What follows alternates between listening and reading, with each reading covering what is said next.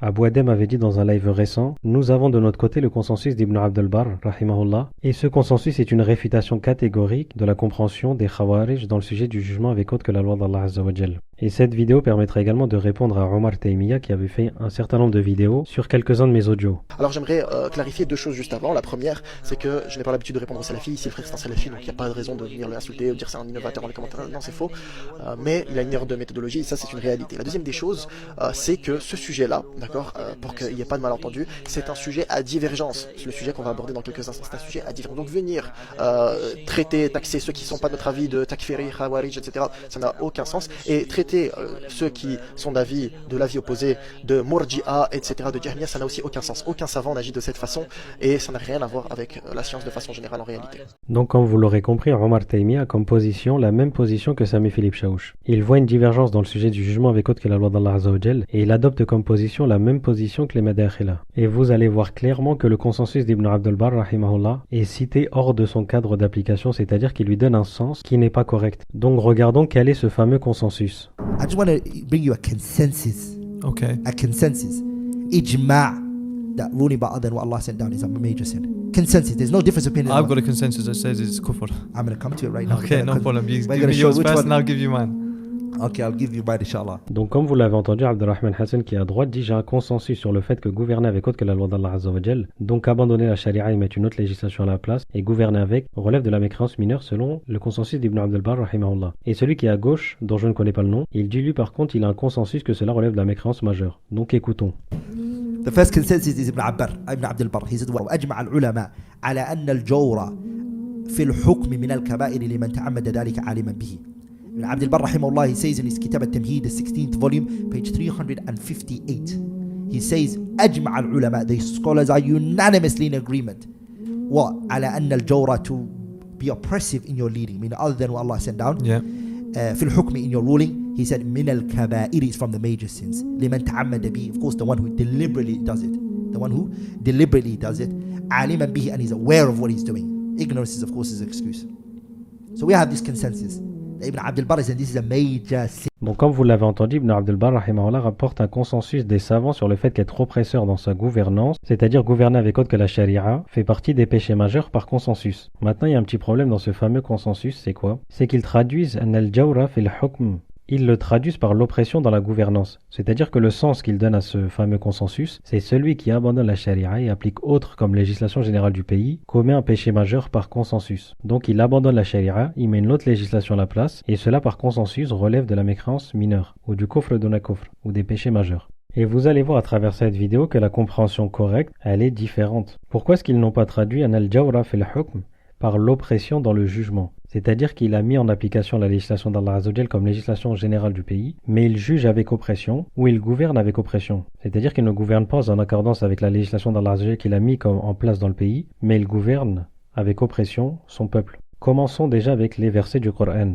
Vous allez voir qu'il n'est pas possible d'arriver à la conclusion que les Madakhila donnent à ce consensus. Comme je l'avais dit dans le Coran, il n'y a pas que 3 versets sur le sujet du jugement avec autre que la loi d'Allah Azza wa Jal, il y en a un bon nombre d'autres, parmi lesquels verset 5.44. Nous avons fait descendre la Torah dans laquelle il y a guide et lumière. La Torah a été révélée à Moussa alayhi salam pour les enfants d'Israël. C'est sur sa base que les prophètes qui se sont soumis à Allah Azza wa Jal ainsi que les rabbins et les docteurs jugent les affaires des juifs. Comme vous le savez, après Moussa alayhi salam, les prophètes se sont succédés les uns après les autres à la tête des Benu Israël et ils jugeaient selon quoi? Selon la Torah. De la même manière que les rabbins et les docteurs jugeaient selon la Torah les affaires des juifs. C'est-à-dire que les plus savants parmi les enfants d'Israël jugent selon quoi? La Torah. De la même manière que les envoyés d'Allah Azza wa Jal jugent selon quoi? La Torah les affaires des juifs. Donc cela concerne les suiveurs de Moussa alayhi salam. Maintenant passons sur les suiveurs de Isa alayhi salam, que les gens de l'évangile jugent d'après ce qu'Allah Azza wa Jal y a fait descendre. Donc que les gens de l'évangile, donc que les suiveurs de Isa alayhi salam jugent selon l'évangile. Et ceux qui ne jugent pas d'après ce qu'Allah Azza wa Jal a fait descendre, ceux-là sont les pervers. Maintenant on revient sur les suiveurs de Moussa alayhi salam.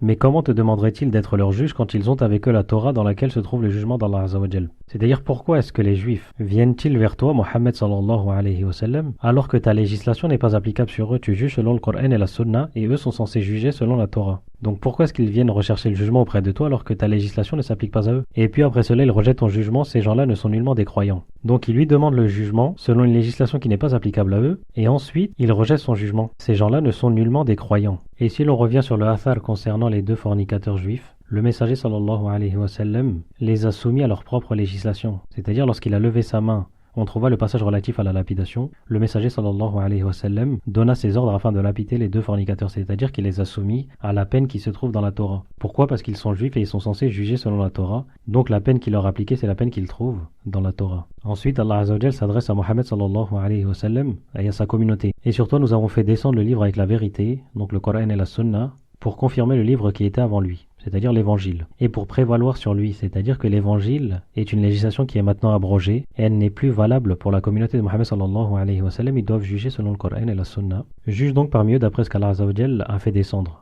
Donc juge parmi eux d'après le Coran et la Sunna, et ne suis pas leur passion loin de la vérité qui t'est venue. À chacun de vous, nous avons assigné une législation et une voie à suivre. C'est-à-dire qu'une législation et une voie à suivre a été assignée à chaque peuple. La communauté de Mohammed sallallahu alayhi wa sallam a le Coran et la Sunna, les suiveurs de Isa alayhi salam ont l'évangile, les suiveurs de Moussa alayhi salam ont la Torah. Et ensuite, qu'est-ce que Allah Azza wa Jal dit concernant ceux qui recherchent le jugement auprès d'autres que la législation qui leur a été assignée? N'as-tu pas vu ceux qui prétendent croire à ce qu'on a fait descendre vers toi et ce qu'on a fait descendre avant toi? C'est-à-dire que le fait de demander le jugement d'autres que la législation qui t'a été assignée est lié à la foi et à la mécréance. C'est-à-dire que si tu vas rechercher le jugement vers autre, t'es une personne qui prétend avoir la foi. Parce que si t'avais réellement la foi, t'aurais recherché le jugement auprès de la législation qui t'a été attribuée. Ils veulent prendre pour juge le Tarot alors que c'est en lui qu'on leur a recommandé de ne pas croire. Donc c'est-à-dire que tu vas rechercher le jugement vers autre que la loi d'Allah Azza wa Jal qui t'a été assignée, et cette chose-là relève du fait de ne pas mécroire au Tarot. Et donc t'es une personne qui prétend avoir la foi. Et ça, bien sûr, c'est le verset 460. Comme on vous l'a dit, il y a plusieurs versets concernant le sujet du jugement avec autre que la loi d'Allah Azza wa Jal. Donc maintenant, si l'on part sur un autre verset,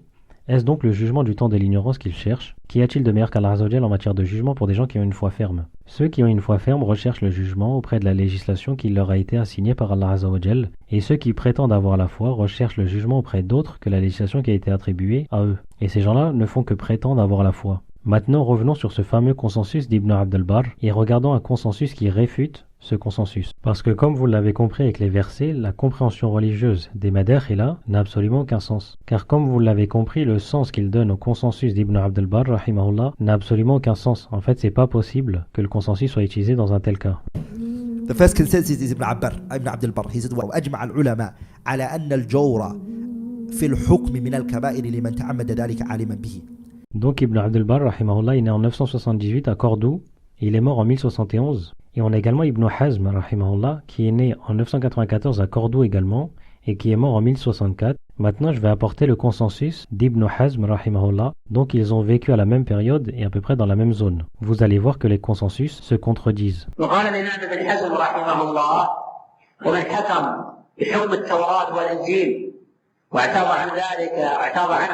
واعتبر عن القرآن بهما فإنه مشرك بالله مرتد عن دين الله بإجماع العلماء. سبحان الله.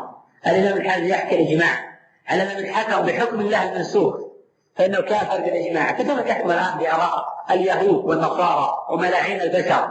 وكيف يحكم الآن بسياسات النصارى وبنظام هيئة الأمم ومجلس الكفر الدولي؟ ماذا يكون حكمه؟ هذا يكون أخبث من إبليس وأكثر منه. يقوم الحكم بحكم الله من حكم بحكم الله المنسوخ واعترض عن القرآن بذلك حيث ألغى القرآن ونحكم بالتوراة والإنجيل يكفر بالإجماع. والذي يحكم الآن بسياسات بوش سياسة ملاعين البشر لا يكفر. سبحان الله. ما لكم كيف تحكمون؟ Donc Ibn Hazm rahimahullah rapporte un consensus sur la mécréance de celui qui juge selon les jugements de l'évangile. Donc la législation qui était juste avant le Coran et la Sunna et qui, comme on le sait, est abrogée. Et il nous dit que il n'y a pas de divergence entre deux musulmans sur le fait que cette législation, donc, elle est abrogée. Et celui qui juge selon les jugements de l'Injil, de ce qui ne se trouve pas dans la charia islamique, celui-ci est un kafir, mushrik, kharijan anil millah. Que celui-ci est un mécréant, associateur, apostat, donc il sort de l'islam. Donc c'est-à-dire s'il abandonne la législation d'Allah Azza wa Jal et juge selon l'évangile, c'est un mécréant, associateur qui sort de l'islam. Maintenant la question qui apparaît c'est la suivante, lequel des deux est le pire des gouverneurs?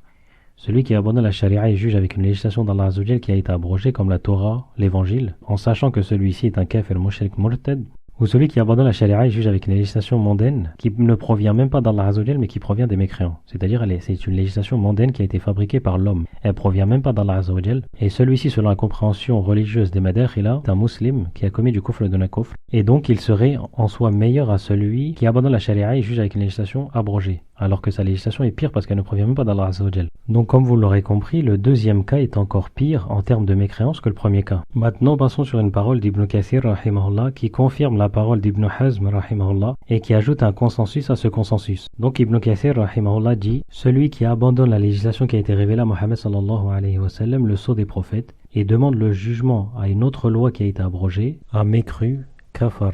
Donc il confirme la parole d'Ibn Hazm rahimahullah sur celui qui abandonne la sharia et demande le jugement d'une législation abrogée. Et juste après il dit: et qu'en est-il donc de celui qui se réfère au Yassa, donc la législation des Tatars, qui est un mélange de Coran, de Torah, d'évangile et de lois mondaines. Et donc qu'en est-il de celui qui se réfère au Yassa et lui donne précédence, donc donne précédence sur la législation d'Allah Azza wa Jal. Celui qui fait cela est un kafir par consensus des musulmans. Comme on le remarquera avec le consensus d'Ibn Hazm et le consensus d'Ibn Kathir, il ne ramène pas un consensus entre savants, mais il ramène un consensus entre musulmans, c'est-à-dire c'est une chose qui est connue par nécessité. Et c'est une chose qui est claire dans la religion d'Allah Azza wa Jal, que celui qui abandonne la sharia et juge selon une législation abrogée ou une législation mondaine ou un mélange, celui-ci est mécréant par consensus des musulmans. On va ajouter un consensus à ce consensus qui provient d'Al-Qadi Ismail ibn Ishaq rahimahullah, qui nous dit dans le tafsir de Surat Al-Maïda: et se sont mis d'accord sur cette parole Omar ibn al-Khattab et Ali ibn Abi Talib, que quiconque légifère une législation qui contredit le livre d'Allah Azza wa Jal, celui-ci a le même jugement que ceux qui l'ont précédé parmi ceux qui se sont opposés au livre. C'est-à-dire qu'il a le même jugement que ceux qui se sont opposés au livre parmi les communautés passées, c'est-à-dire la mécréance majeure. Et cette parole-là est un consensus entre Omar ibn al-Khattab et Ali ibn Abi Talib radiyallahu anhu,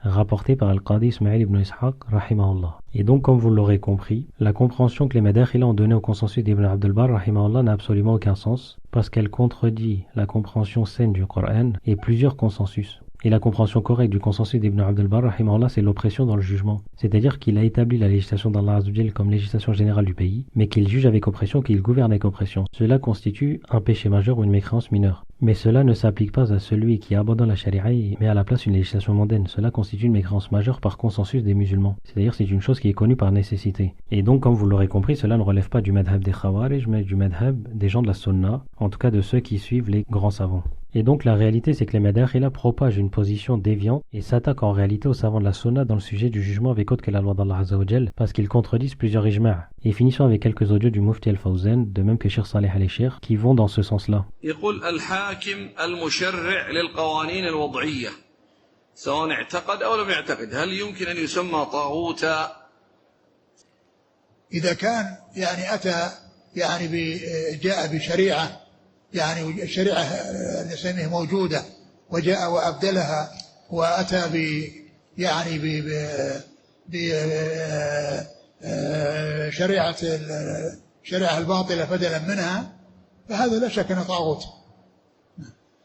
ما يحتاج بيان، يقول بين لنا استبدال الشريعة بالقوانين، هذا واضح أن الشريعة تنحى ويجعل مكانها القوانين يحكم بها بين الناس بدل الشريعة، هذا الاستبدال. فأما الجهة الأولى وهي جهة القوانين قد كثرت مع الاستعمار في هذه الأمة، فهناك بلاد كثيرة استبدلت بها الشريعة شريعة الإسلام بشريعة أولئك الكفرة من قانون فرنسي أو قانون بريطاني أو قانون أمريكي أو نحو ذلك، فصار الشرع لا يحكم به إلا في مسائل، يعني أن الأصل تحكيم القانون، وأما الشرع فلا يحكم به في تلك الديار إلا في مسائل، وهذا استبدال لشريعة بشريعة وهو كفر أكبر والعياذ بالله. فضيلة الشيخ وفقكم الله يقول: